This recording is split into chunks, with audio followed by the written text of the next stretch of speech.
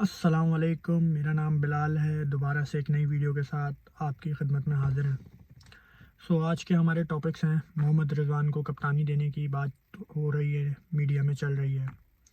पाकिस्तान और इंग्लैंड की सीरीज़ कहाँ पे होगी, कैसे होगी और क्या वेन्यू होगा। तो इन दो टॉपिक को आज हम टच करेंगे। सबसे पहले हम वेन्यू की बात कर लेते हैं, इंग्लैंड और पाकिस्तान की सीरीज़ के बारे में बात कर लेते हैं।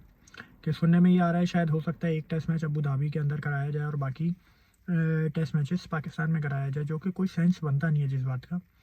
इसमें कोई सेंसिबल लॉजिक नहीं है। और अगर आपको ये लग रहा है कि आप दुबई में अबू धाबी में जाके टेस्ट करवाएंगे और आप जीत जाएंगे, तो ये आपकी गलत फहमी है। जब आप अपने होम कंडीशंस में नहीं जीत पा रहे हैं तो आप दुबई में क्या कर लेंगे, मतलब ऐसा क्या हो जाएगा, अबू धाबी के अंदर क्या कर लेंगे ऐसा।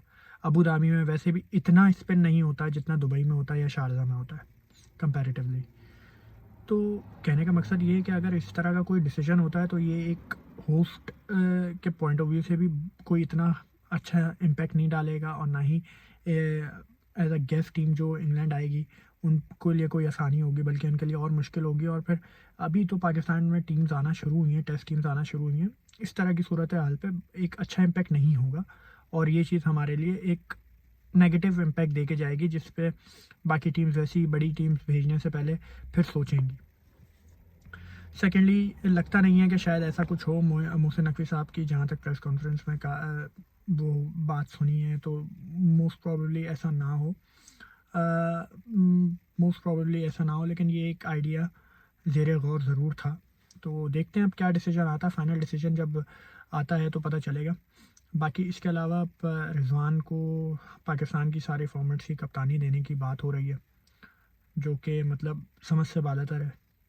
एक बंदा जिसकी T20 के अंदर जगह नहीं बनती, वो T20 का आपका कप्तान बनेगा, जो कि T20 को टेस्ट मैच के फॉर्मेट में खेलता है। 40 45 50 बॉलों पे वो 50 करते हैं, और वो T20 के कप्तान बनेंगे। वनडे में 4 साल 5 साल से वो खेल रहे हैं माशाल्लाह से।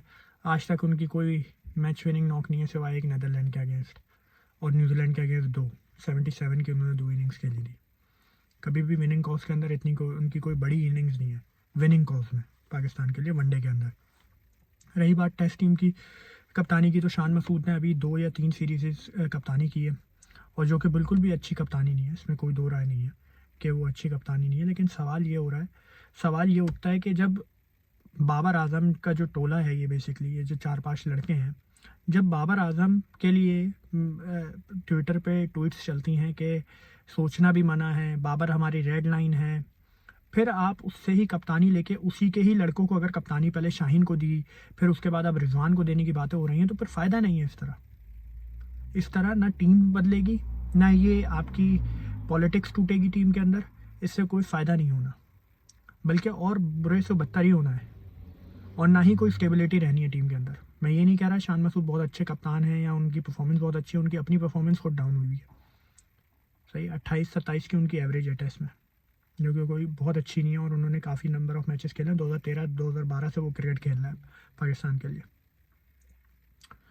तो कहने का मकसद ये कि या तो आप थोड़ा सा आप एक रन दें, एक और सीरीज़ दें, इंग्लैंड की सीरीज़ शान को दें, और फिर उसके बाद आप डिसाइड करें किसी नए लड़के पे इन्वेस्ट करें, किसी नए लड़के पे इन्वेस्ट करें, ना कि रिजवान, जो कि एक सियासी टोला का हिस्सा है, जो कि ये इस ग्रुप का हिस्सा है, जो कि ऑलरेडी डॉन ब्रेडमैन है क्रिकेट के, पाकिस्तान क्रिकेट के।